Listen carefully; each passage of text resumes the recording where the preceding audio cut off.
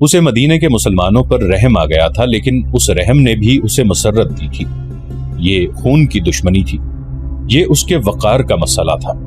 مسلمانوں کو کچل ڈالنا اس کا عزم تھا۔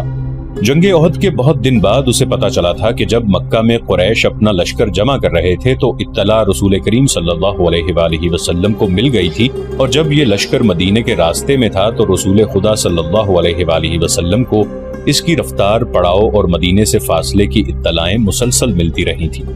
آپ صلی اللہ علیہ وآلہ وسلم کو لشکر کے مکہ سے کوچ کی اطلاع حضرت عباس رضی اللہ عنہ نے دی تھی۔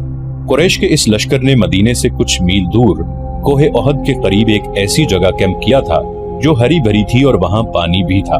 خالد کو معلوم نہ تھا کہ مسلمانوں کے 2 جاسوس اس لشکر کی پوری تعداد دیکھ آئے ہیں اور رسول کریم صلی اللہ علیہ وآلہ وسلم کو بتا چکے ہیں۔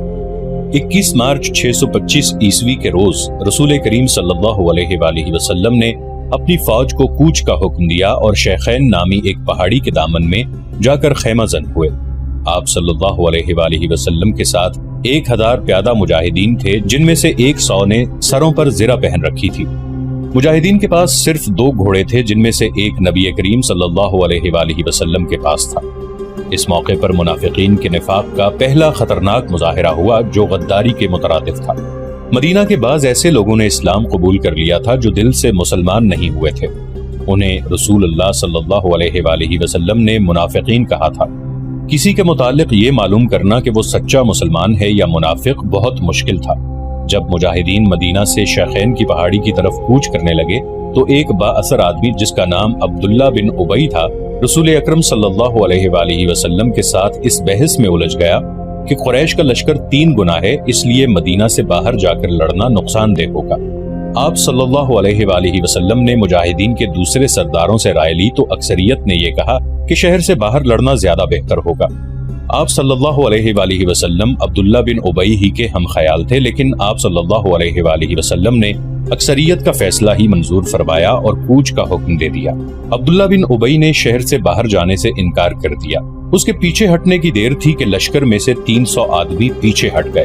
تب پتا چلا کہ یہ سب منافقین تھے اور عبداللہ ان کا سردار ہے۔ اب 3000 کے مقابلے میں مجاہدین کی نفری صرف 700 رہ گئی تھی۔ رسول اللہ صلی اللہ علیہ وآلہ وسلم دل برداشتہ نہ ہوئے اور 700 کو ہی ساتھ لے کر کوہ احد کے دامن میں شیخین کے مقام پر مجاہدین کو جنگی ترتیب میں کر دیا۔ خالد نے ایک بلند ٹیکری پر کھڑے ہو کر مسلمانوں کی ترتیب دیکھی تھی اور اس نے اپنے سالار ابو سفیان کو بتا کر اپنے دستے کی جگہ طے کر لی۔ رسول اکرم صلی اللہ علیہ وآلہ وسلم نے مجاہدین کو کم و بیش 1000 گز لمبائی میں پھیلا دیا۔ پیچھے وادی تھی، مجاہدین کے ایک پہلو کے ساتھ پہاڑی تھی، لیکن دوسرے پہلو پر کچھ نہیں تھا۔ اس پہلو کو مضبوط رکھنے کے لیے رسول اللہ صلی اللہ علیہ وآلہ وسلم نے 50 تیر اندازوں کو قریب کی ایک ٹیکری پر بٹھا دیا۔ ان تیر اندازوں کے کمانڈر عبداللہ بن جبیر تھے۔ اپنی ذمہ داری سمجھ لو عبداللہ۔ رسول خدا صلی اللہ علیہ وآلہ وسلم نے انہیں ہدایت دیتے ہوئے فرمایا، اپنے عقب کو دیکھو، دشمن ہمارے عقب میں نقل و حرکت کر سکتا ہے جو ہمارے لیے خطرہ ہے۔ دشمن کے پاس گھڑ سوار زیادہ ہیں، وہ ہمارے پہلو پر گھڑ سواروں سے حملہ کر سکتا ہے۔ اپنے تیر اندازوں کو گھڑ سواروں پر مرکوز رکھو، پیادوں کا مجھے کوئی ڈر نہیں۔ تقریباً تمام مستند مورخین، جن میں ابن حشام اور واقدی خاص طور پر قابل ذکر ہیں، لکھتے ہیں کہ رسول کریم صلی اللہ علیہ وآلہ وسلم نے عبداللہ بن جبیر رضی اللہ عنہ کو واضح الفاظ میں کہا تھا کہ ہمارا عقب صرف تمہاری بیداری اور مستعدی سے محفوظ رہے گا، تمہاری ذرا سی کوتاہی بھی ہمیں بڑی ذلت آمیز شکست دے سکتی ہے۔ یاد رکھو عبداللہ، اگر تم دشمن کو بھاگتے ہوئے اور ہمیں فتح یاب ہوتے ہوئے دیکھ لو تو بھی اس جگہ سے نہ ہلنا۔ اگر دیکھو کہ ہم پر دشمن کا دباؤ بڑھ گیا ہے اور تمہیں ہماری مدد کے لیے پہنچنا چاہیے تو بھی یہ جگہ نہ چھوڑنا۔ پہاڑی کی یہ بلندی دشمن کے قبضے میں نہیں جانی چاہیے، یہ بلندی تمہاری ہے۔ وہاں سے تم نیچے اس تمام علاقے کے حکمران ہوگے جہاں سے تمہارے تیر اندازوں کے تیر پہنچیں گے۔ خالد نے مسلمانوں کی ترتیب دیکھی اور ابو سفیان کو بتایا کہ مسلمان کھلے میدان کی لڑائی نہیں لڑیں گے۔ ابو سفیان کو اپنی کثیر نفری پر ناز تھا، وہ چاہتا تھا کہ لڑائی کھلے میدان میں یعنی لامحدود محاذ پر ہو تاکہ وہ اپنے پیادوں اور گھوڑوں کی افراد سے مجاہدین اسلام کو کچل ڈالے۔ خالد کو اپنے باپ نے جنگی چالوں کی تربیت بچپن سے دینی شروع کر دی تھی۔ دشمن پر بے خبری میں پہلو یا عقب سے جھپٹنا اور دشمن کو چکر دے دے کر مارنا اپنے دستوں کی تقسیم اور ان پر کنٹرول اس کی تربیت میں شامل تھا جو اسے باپ نے دی تھی۔ اس نے تجربے کار سردار کی نگاہوں سے مجاہدین کی ترتیب دیکھی تو اس نے محسوس کیا کہ مسلمان فن و حرب کے کمالات دکھا سکتے ہیں۔ ابو سفیان اپنی فوج کو مسلمانوں کے بالمقابل لے گیا۔ اس نے گھڑ سواروں کو مسلمانوں کے پہلوؤں پر حملہ کرنے کے لیے بھیجا۔ ایک پہلو پر خالد اور دوسرے پر اکرمہ تھا۔ دونوں کے ساتھ 100 گھڑ سوار تھے۔ تمام گھڑ سواروں کا کمانڈر عمرو بن العاص تھا۔ پیادوں کے آگے ابو سفیان نے 100 تیر انداز رکھے۔ قریش کا پرچم طلحہ بن ابو طلحہ نے اٹھا رکھا تھا۔ اس زمانے کی جنگوں میں پرچم کو دل جیسی اہمیت حاصل تھی۔ پرچم کے گرنے سے فوج کا حوصلہ ٹوٹ جاتا اور بھگدڑ مچ جاتی تھی۔ قریش نے جنگ کی ابتدا اس طرح کی کہ ان کی صفوں میں سے ایک شخص ابو عامر فاسق آگے ہو کر مجاہدین کے قریب چلا گیا۔ اس کے پیچھے قریش کے غلاموں کی کچھ تعداد بھی تھی۔ ابو عامر مدینے کا رہنے والا تھا۔ وہ قبیلہ اوس کا سردار تھا۔ جب رسول کریم صلی اللہ علیہ وآلہ وسلم مکہ سے ہجرت کر کے مدینہ گئے تو ابو عامر نے قسم کھا لی تھی کہ وہ آپ صلی اللہ علیہ وآلہ وسلم کو اور تمام مسلمانوں کو مدینہ سے نکال کر دم لے گا۔ اس پر ایک بڑی ہی حسین یہودن کا اور یہودیوں کے مال و دولت کا طلسم طاری تھا۔ یہودیوں کی اسلام دشمن کارروائیاں زمین دوز ہوتی تھیں۔ بظاہر انہوں نے مسلمانوں کے ساتھ دوستی اور فرما برداری کا معاہدہ کر رکھا تھا۔ ابو عامر انہی کے ہاتھ میں کٹ پتلی بنا ہوا تھا، لیکن ان یہودیوں نے اسے قریش کا دوست بنا رکھا تھا۔ اب مجاہدین قریش کے خلاف لڑنے کے لیے مدینہ سے نکلے تو ابو عامر قریش کے پاس چلا گیا۔ اس کے قبیلے اوس کے بہت سے آدمی رسول کریم صلی اللہ علیہ وآلہ وسلم کے دست مبارک پر اسلام قبول کر چکے تھے اور وہ قریش کے مقابلے میں صف آرا تھے۔ ابو عامر آگے چلا گیا اور مجاہدین سے بلند آواز سے مخاطب ہوا۔ رسول کریم صلی اللہ علیہ وآلہ وسلم نے اسے فاسق کا خطاب دیا تھا۔ قبیلہ اوس کے غیرت مند بہادروں، ابو عامر فاسق نے کہا، تم مجھے یقیناً پہچانتے ہو، میں کون ہوں؟ میری بات غور سے سنو۔ وہ اپنی للکار پوری نہ کر پایا تھا کہ مجاہدین اسلام کی صف سے قبیلہ اوس کے ایک مجاہد کی آواز گرجی، او فاسق بدکار، ہم تیرے نام پر تھوک چکے ہیں۔ خالد کو وہ وقت یاد آ رہا تھا۔ مجاہدین اسلام کی صف سے ابو عامر اور اس کے ساتھ گئے ہوئے غلاموں پر پتھروں کی بوچھاڑ شروع ہو گئی۔ مورخ لکھتے ہیں کہ پتھر برسانے والے قبیلہ اوس کے مجاہدین تھے۔ ابو عامر اور غلام جو مجاہدین کے پتھروں کی زد میں تھے، ایک ایک دو دو پتھر کھا کر پیچھے بھاگ آئے۔ یہودی مدینے میں بیٹھے لڑائی کی خبروں کا انتظار کر رہے تھے۔ جس یہودن کے طلسم میں ابو عامر گرفتار تھا، وہ اپنی کامیابی کی خبر سننے کے لیے بے تاب تھی۔ اسے ابھی معلوم نہ تھا کہ اس کے حسن و جوانی کے طلسم کو مسلمانوں نے سنسار کر دیا ہے۔ ابو عامر فاسق کے اس واقعے سے پہلے وہ عورتیں جو قریش کے لشکر کے ساتھ گئی تھیں، لشکر کے درمیان کھڑی ہو کر سریلی آوازوں میں ایسے گیت گا رہی تھیں جن میں بدر میں مارے جانے والے قریش کا ذکر ایسے الفاظ میں، ایسی طرز میں کیا گیا تھا کہ سننے والوں کا خون کھولتا اور رونگٹے کھڑے ہو جاتے تھے۔ ان عورتوں میں سے ایک دو نے جوشیلی تقریر کی صورت میں بھی قریش کے خون کو گرمایا تھا۔ عورتوں کو پیچھے چلے جانے کا حکم ملا تو ابو سفیان کی بیوی ہند نے ایک گھوڑے پر سوار ہو کر ایک گیت گانا شروع کر دیا۔ اس کی آواز بلند تھی اور اس میں سوز بھی تھا۔ تاریخ لکھنے والوں نے اس گیت کے پورے اشعار قلم بند نہیں کیے۔ انہوں نے لکھا ہے کہ یہ گیت فحش تھا جس میں مرد و عورت کے درپردہ تعلقات کا ذکر تھا۔ اشعار جو تاریخ میں آئے ہیں وہ اس طرح ہیں۔ ان میں جس عبدالدار کا نام آتا ہے یہ بنو عبدالدار ہے۔ بنو امیہ اسی کی ایک شاخ تھی۔ بنو عبدالدار قریش کا بہت اونچا خاندان تھا۔ عبدالدار کے سپوتوں، ہمارے گھرانوں کے پاسبانوں، ہم رات کی بیٹیاں ہیں، ہم تکیوں کے درمیان حرکت کرتی ہیں۔ اس حرکت میں لطف اور لذت ہوتی ہے۔ تم دشمن پر چڑھ دوڑے تو ہم تمہیں اپنے سینوں سے لگا لیں گی، تم بھاگ آئے تو ہم تمہارے قریب نہیں آئیں گی۔ اس کے بعد ابو عامر فاسق پر مجاہدین اسلام کی طرف سے سنگباری ہوئی اور اس کے فوراً بعد قریش نے مجاہدین پر تیر پھینکنے شروع کر دیے۔ مجاہدین نے اس کے جواب میں تیر برسائے۔ خالد اپنے پہلو والے مسلمانوں کے پہلو پر حملہ کرنے کے لیے اپنے 100 سواروں کے ساتھ تیزی سے بڑھا۔ اسے معلوم نہیں تھا کہ بلندی پر تیر انداز چھپے بیٹھے ہیں۔ اس کے سوار بے دھڑک چلے آ رہے تھے۔ راستہ ذرا تنگ تھا، سواروں کو آگے پیچھے ہونا پڑا۔ خالد سوچ سمجھ کر اپنے سوار دستے کو اس پہلو پر لایا تھا۔ اپنے باپ کی تربیت کے مطابق اسے بڑی خود اعتمادی سے توقع تھی کہ وہ ہلہ بول کر مسلمانوں کو اس پوزیشن میں لے آئے گا کہ وہ پسپا ہو جائیں گے اور اگر جم کر نہ لڑے تو قریش کے گھوڑوں تلے کچلے جائیں گے۔ مگر مسلمانوں کے پہلو سے اس کے سوار ابھی دور ہی تھے کہ اوپر سے تیر اندازوں نے اس کے اگلے سواروں کو نہ آگے جانے کے قابل چھوڑا نہ وہ پیچھے ہٹنے کے قابل رہے۔ ایک ایک سوار کئی کئی تیر کھا کر گرا اور جن گھوڑوں کو تیر لگے انہوں نے خالد کے سوار دستے کے لیے قیامت برپا کر دی۔ پیچھے والے سواروں نے گھوڑے موڑے اور پسپا ہو گئے۔ ادھر قریش کی عورتوں نے دف اور ڈھولک کی تھاپ پر وہی گیت گانا شروع کر دیا جو ہند نے اکیلے گایا تھا، یعنی عبدالدار کے سپوتوں، ہم رات کی بیٹیاں ہیں۔ مورخ واقدی لکھتا ہے کہ عربی جنگجوؤں کے اس وقت رواج کے مطابق ایک ایک جنگجو کے لڑنے کا مرحلہ آیا۔ سب سے پہلے قریش کے پرچم بردار طلحہ بن ابو طلحہ نے آگے جا کر مجاہدین اسلام کو للکارا کہ اس کے مقابلے کے لیے کسی اور کو آگے بھیجو۔ آ میرے دین کے دشمن، حضرت علی رضی اللہ عنہ نے تند ہوا کے جھونکے کی طرح آگے آ کر کہا، میں آتا ہوں تیرے مقابلے کے لیے۔ طلحہ اپنے قبیلے کا پرچم تھامے تلوار لہراتے ہوئے بپھرا ہوا آیا، مگر اس کا وار ہوا کو چیرتا ہوا گزر گیا۔ وہ ابھی سنبھل ہی رہا تھا کہ حضرت علی رضی اللہ عنہ کی تلوار نے اسے ایسا گہرا زخم لگایا کہ پہلے اس کا پرچم گرا، پھر وہ خود گرا۔ قریش کا ایک آدمی دوڑا آیا اور پرچم اٹھا کر پیچھے چلا گیا۔ علی رضی اللہ عنہ اسے بھی گرا سکتے تھے، مگر انفرادی مقابلوں میں یہ روا نہ تھا۔ طلحہ کو اٹھا کر پیچھے لے آئے۔ اس کے خاندان کا ایک اور آدمی آگے بڑھا۔ میں انتقام لینے کا پابند ہوں، وہ للکار کر آگے گیا۔ علی، آ میری تلوار کی کاٹ دیکھ۔ حضرت علی رضی اللہ عنہ خاموشی سے اس کے مقابلے پر آ گئے۔ دونوں نے ایک دوسرے کی آنکھوں میں آنکھیں ڈالے، ایک چکر کاٹا، پھر ان کی تلواریں اور ڈھالیں ٹکرائیں اور اس کے بعد سب نے دیکھا کہ حضرت علی رضی اللہ عنہ کی تلوار سے خون ٹپک رہا ہے اور ان کا مد مقابل زمین پر پڑا تڑپ رہا ہے۔ پھر قریش کے متعدد آدمی باری باری للکارتے ہوئے آگے بڑھے، مجاہدین کے مقابلے میں مرتے گئے۔ قریش کا سالار اعلیٰ ابو سفیان اپنے آدمیوں کو گرتا دیکھ کر غصے سے بے قابو ہو گیا۔ جنگی دستور کے مطابق اسے انفرادی مقابلے کے لیے نہیں اترنا چاہیے تھا کیونکہ وہ سالار تھا۔ اس کے مارے جانے سے اس کی فوج میں ابتری پھیل سکتی تھی، لیکن وہ اپنے آپ پر قابو نہ رکھ سکا۔ وہ گھوڑے پر سوار تھا۔ اس نے گھوڑے کو ایڑ لگائی اور للکارتا ہوا آگے چلا گیا۔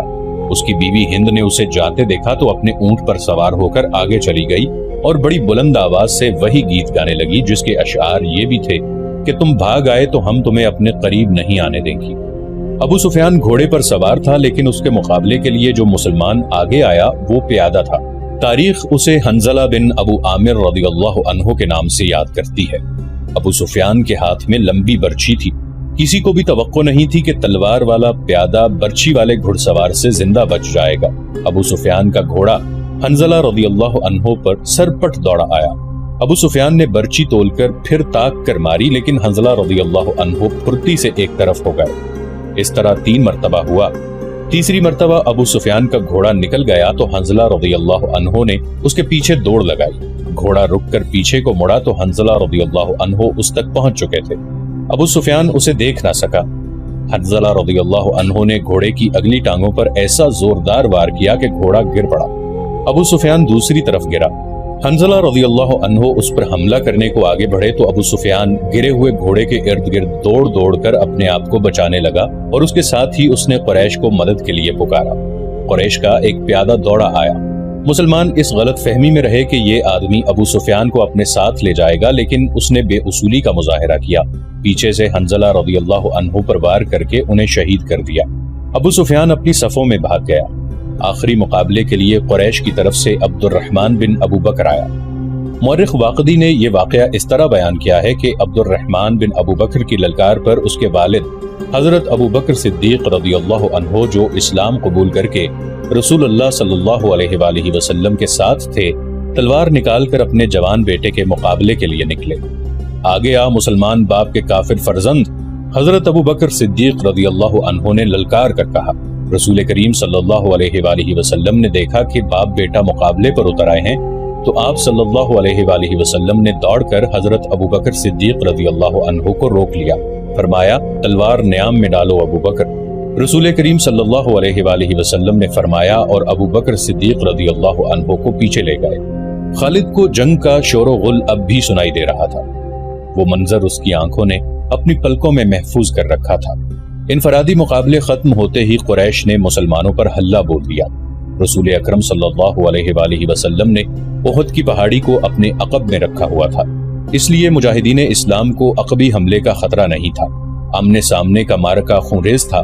مسلمانوں کی نفری بہت تھوڑی تھی، اس کمی کو انہوں نے جذبہ تیغزنی کے کمالات سے پورا کر دیا۔ اگر قریش کو نفری کی افراد حاصل نہ ہوتی اور وہ مسلمانوں کے آگے نہ ٹھہر سکتے، وہ نفری کے زور پر لڑ رہے تھے۔ خالد کی نظر رسول کریم صلی اللہ علیہ وآلہ وسلم پر تھی۔ آپ صلی اللہ علیہ وسلم ایک پہلو پہ تھے، یہی پہلو تھا کہ جس پر خالد کو حملہ کرنا تھا۔ اب کی بار اس نے اپنے سواروں کو یہ حکم دیا کہ وہ گھوڑوں کو سرپٹ دوڑاتے تنگ راستے سے آگے نکل جائیں اور مسلمانوں کے پہلو پر حملہ بولیں، مگر عبداللہ بن جبیر رضی اللہ عنہ کے 50 تیر اندازوں نے سواروں کو اس طرح پسپا کر دیا کہ وہ چند گھوڑے اور زخمیوں سے کراہتے ہوئے گھڑ سواروں کو پیچھے چھوڑ گئے۔ مارکا عروج پر تھا، صرف ایک آدمی تھا جو لڑ نہیں رہا تھا۔ وہ میدان جنگ میں برچی اٹھائے یوں گھوم پھر رہا تھا جیسے کسی کو ڈھونڈ رہا ہو۔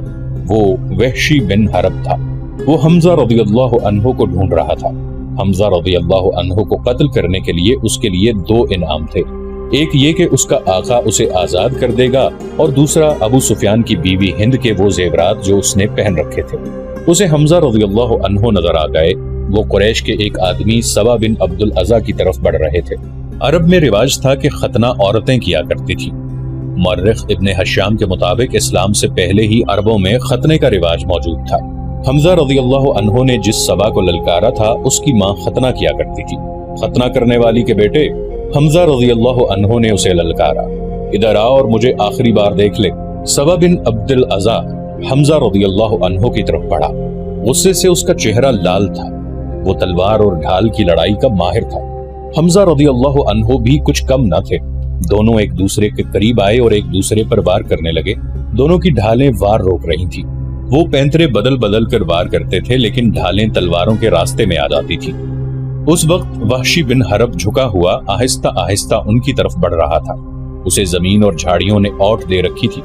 حمزہ رضی اللہ عنہ اپنے دشمن کی آنکھوں میں دیکھ رہے تھے۔ سبا کے سوا انہیں کچھ بھی نظر نہیں آ رہا تھا۔ وحشی ان کے قریب پہنچ گیا۔ برچی نشانے پر پھینکنے کا وہ ماہر تھا۔ وہ اتنا قریب ہو گیا جہاں سے اس کی برچی خطا نہیں جا سکتی تھی۔ وہ اٹھ کھڑا ہوا اور برچی کو ہاتھ میں تولا، پھر اسے پھینکنے کی پوزیشن میں لایا۔ حمزہ رضی اللہ عنہ نے سبا پر یکے بعد دیگرے تیزی سے 2-3 وار کیے۔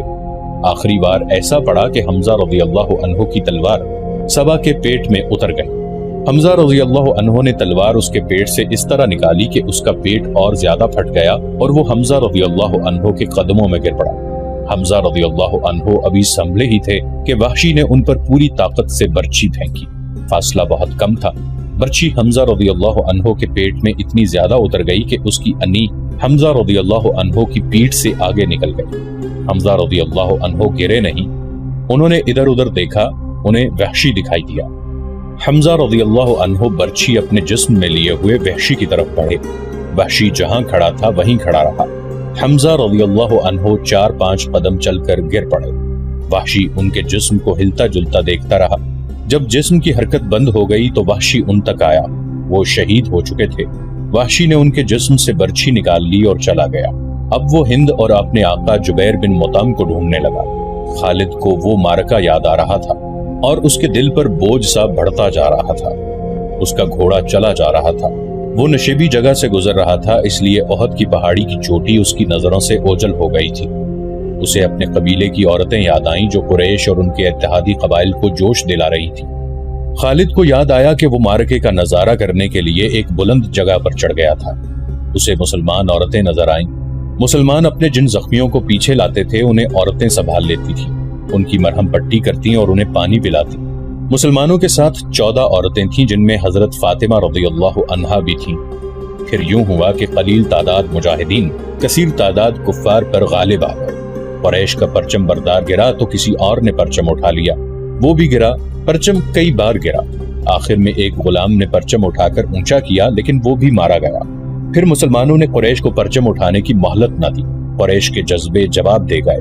خالد نے ان کی پسپائی دیکھی اور یہ بھی دیکھا تھا کہ مسلمان ان کا تعاقب کر رہے ہیں۔ قریش اپنے کیمپ میں بھی نہ ٹھہرے، اپنا مال و اسباب چھوڑ کر افراتفری کے عالم میں بھاگ گئے۔ یہاں سے جنگ کے بعد کا مرحلہ شروع ہو گیا۔